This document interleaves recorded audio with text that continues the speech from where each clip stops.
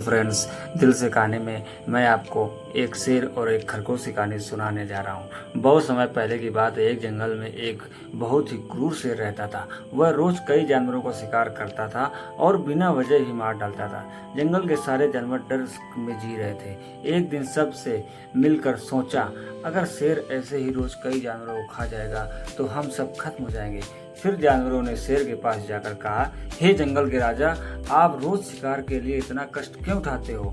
हम रोज बारी बारी से एक जानवर आपके पास भेज दिया करेंगे, आप उसी को खाइएगा, बाकी को मत मारिए। शेर को यह बात पसंद आई और उसने मान लिया।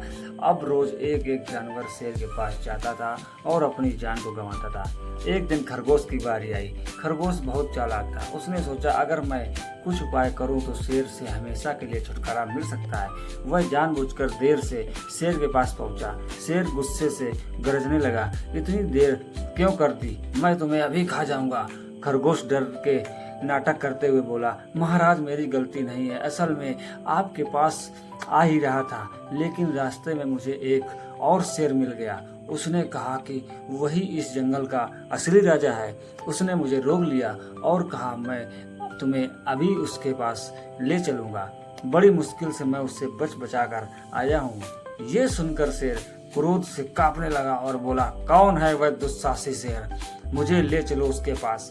खरगोश उसे जंगल के बीच में एक गहरे कुएं तक ले गया और बोला, महाराज, वहीं इस शेर कुएं में रहता है। शेर ने कुएं में झांक कर देखा। उसे अपने परछाई दिखाई दी। उसने सोचा, ये वही शेर होगा।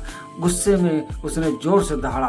उसकी दहाड़ की गूंज सुनकर उसे लगा कि सामने वाला शेर भी दहाड़ रहा है। क्रोध में वह कुएं में कूद पड़ा और वहीं डूबकर मर गया। जंगल के सारे जानवर खुश हो गए और खरगोश की बुद्धिमानी की प्रशंसा करने लगे। हमें इस कहानी से सीख मिलती है, अक्लमंदी ही बुद्धि बल से बड़ी होती है। दोस्तों, ये कहानी अच्छी लगी हो तो सब्सक्राइब जरूर करें।